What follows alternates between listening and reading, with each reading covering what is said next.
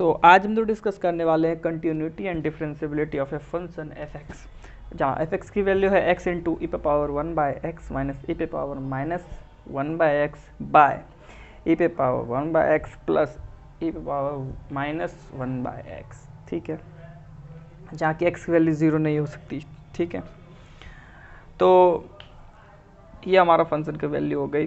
जब x zero के बराबर नहीं होगा तब फंक्शन की वैल्यू ये दी हुई है, और F zero equals to zero, यानी इसके कहने का मतलब यही है कि एक्स की वैल्यू जब जीरो हो जाएगी एफ एक्स की वैल्यू जो है वो हमारी ज़ीरो हो जाएगी। ठीक है, तो अब इसको हम लोगों ने डिस्कस करना है। सबसे पहले आप लोग इस सॉल्यूशन को नोट कर सकते हैं मेरे साथ साथ, मैं जैसे बता रहा हूँ उसके साथ साथ, या फिर पहले वीडियो को पूरा देख लीजिए, उसके बाद आप बाद में नोट कर सकते हैं इसको आराम से।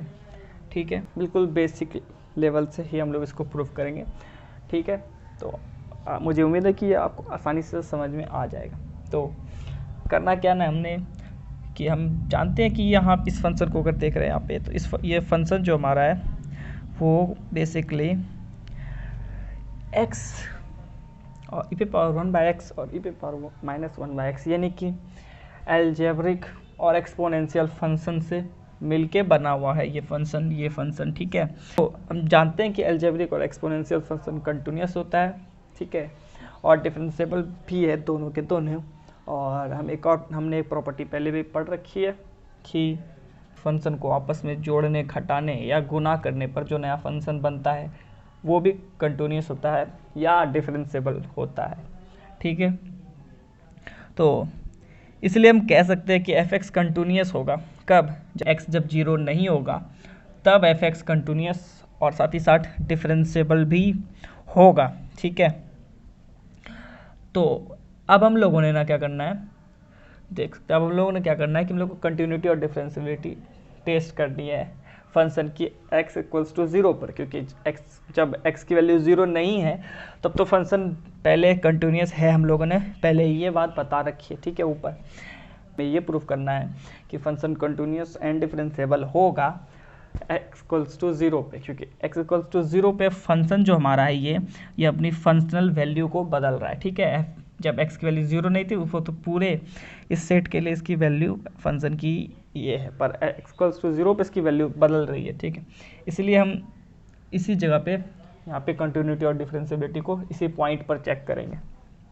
ठीक है, तो हम लोग जानते हैं कंटिन्यूअस कोई फंक्शन कब हो सकता है, जब उसका left hand limit right hand limit, ठीक है, बराबर हो फंक्शन की वैल्यू के उस पॉइंट पर जिस पर हमने चेक करना है फंक्शन की कंटिन्यूटी को। ठीक है, अगर कोई भी फंक्शन इस बात को फॉलो अगर करता है तो हम कह सकते हैं उस पॉइंट पर फंक्शन कंटिन्यूअस होगा। ठीक है, इसी बात को मैंने यहाँ इस बक्से में लिख रखा है।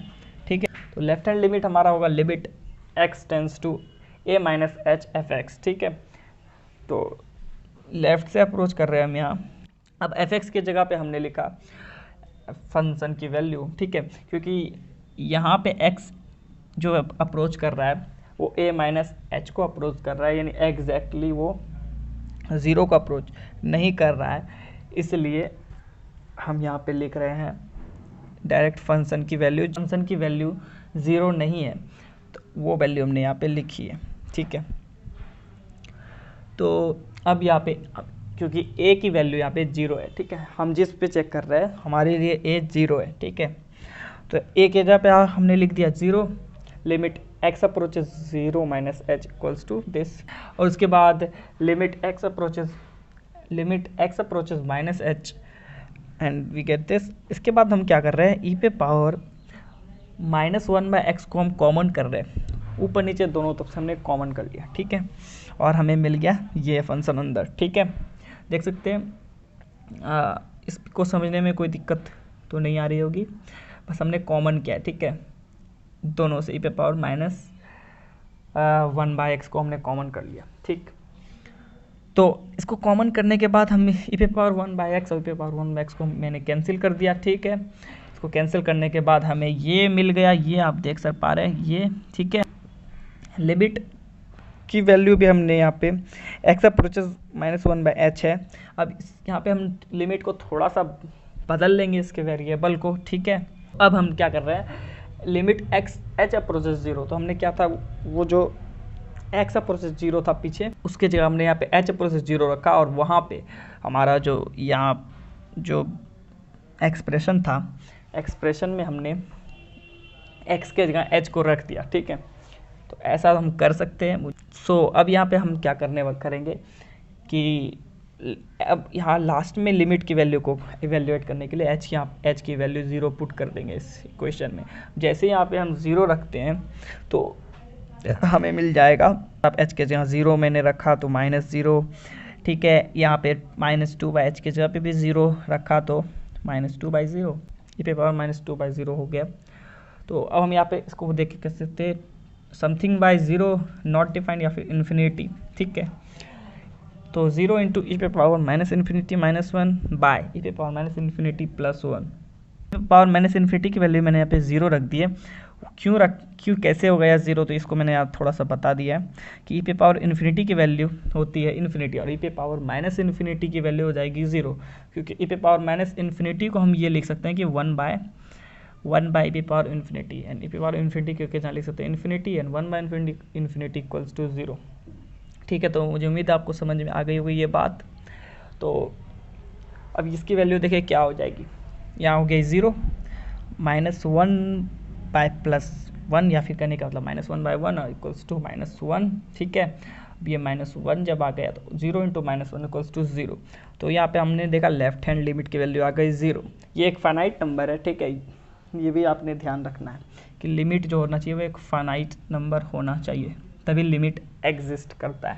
फिर खैर अब तो ये तो लेफ्ट हैंड लिमिट हो गया। अब हम राइट हैंड लिमिट के बारे में बातें कर लेते हैं। राइट हैंड लिमिट हो जाएगा लिमिट एक्स अप्रोचेस 0 + h, हमने वहाँ पे पूरे डिटेल से नहीं लिखा है, ठीक है, आपको पता है वो a + h होता है, a की वैल्यू हमने 0 रखी है इसलिए यहाँ पे 0 + h लिख दिया मैंने, ठीक है। अब यहाँ पे देखते हैं हमने फंक्शन की वैल्यू लिखी, f(x) की वैल्यू यहाँ पे लिखी, यहाँ पे यही होगी फंक्शन की वैल्यू, ठीक है। तो अब 0 + h हो गया हमारा h, ठीक।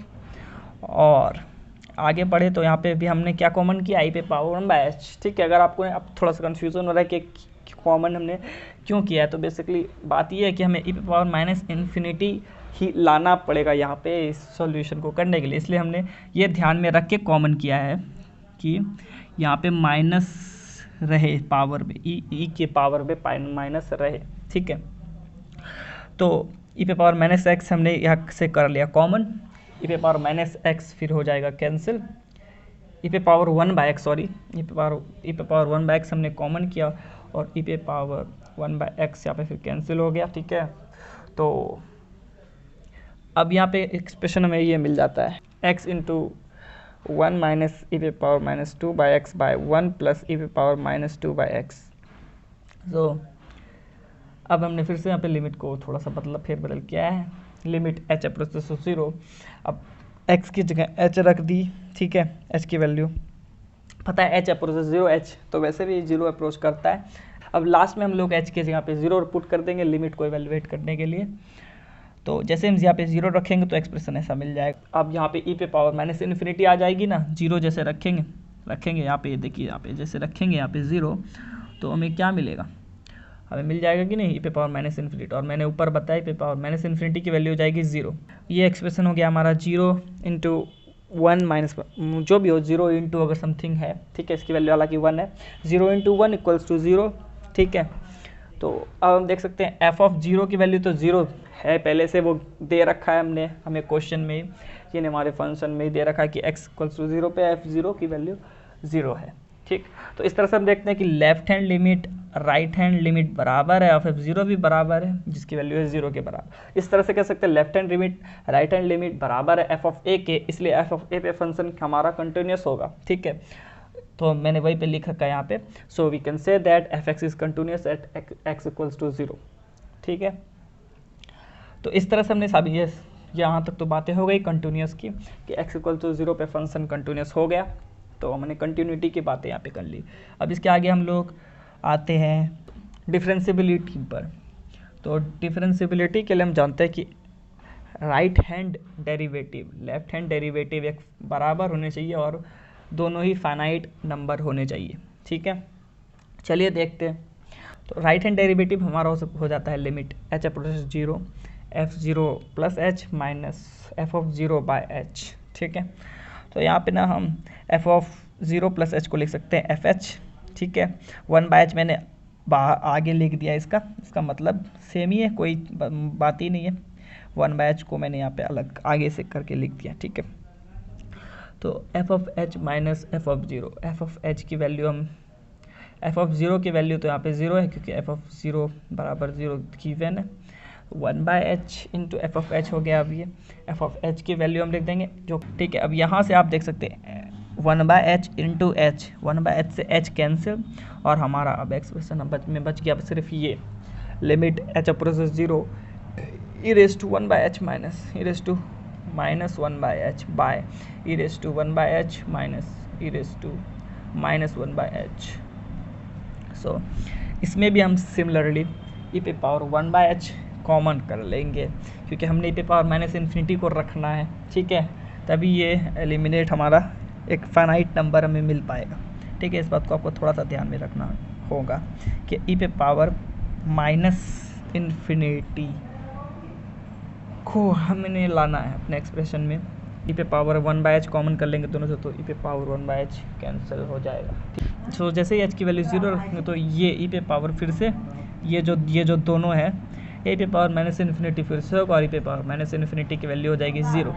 अब ये हो गया 1 माइनस 0 और ये 1 प्लस 0।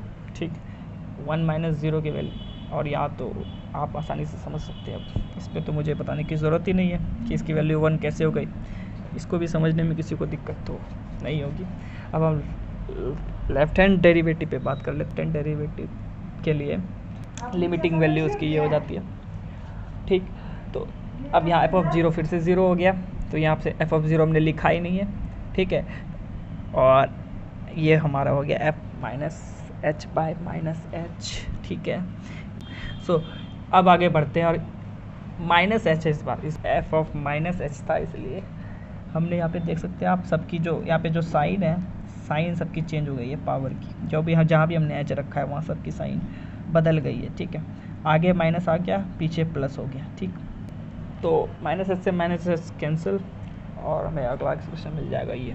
ठीक, इससे भी हम क्या कॉमन कर लेंगे, इससे मैंने यहाँ पे लिखा नहीं है पर इससे हम कॉमन कर लेंगे ई पे पावर 1 बाय एच। ठीक है, ई पे पावर 1 बाय एच वाली पावर दोनों तरफ से ख़त्म हो गई, या फिर आप ये भी कह सकते हैं कि हमने ई पे पावर 1 बाय एच से डिवाइड कर दिया दोनों। एच की वैल्यू हम यहाँ पे 0 जैसे पुट करेंगे तो फिर से ये आ जाएगा ई पे पावर माइनस इन्फिनिटी, ई पे पावर माइनस इन्फिनिटी की वैल्यू 0, तो ये वाला एक्सप्रेशन मिल गया -1। ठीक है, 0 minus 1 by 0 plus 1 equals to -1 ये होगा। तो इस तरह से देखते हैं, हमारा लेफ्ट हैंड लिमिट आया था 1 लेकिन राइट हैंड लिमिट आ गया -1। So derivative of function at x equals to 0 does not exist. ठीक है, कह सकते हैं कि फंक्शन डिफरेंशिएबल नहीं होगा x इक्वल्स टू 0 पे। ठीक है, तो फंक्शन, इसका मतलब फंक्शन कंटिन्यूस तो है हर एक पॉइंट पे, बट डिफरेंशिएबल ये फंक्शन नहीं है x इक्वल्स टू 0 पे। तो बस सारी बातें हो गई इस कंटिन्यूटी एंड डिफरेंशिएबिलिटी को लेकर हमने डिस्कस कर ली।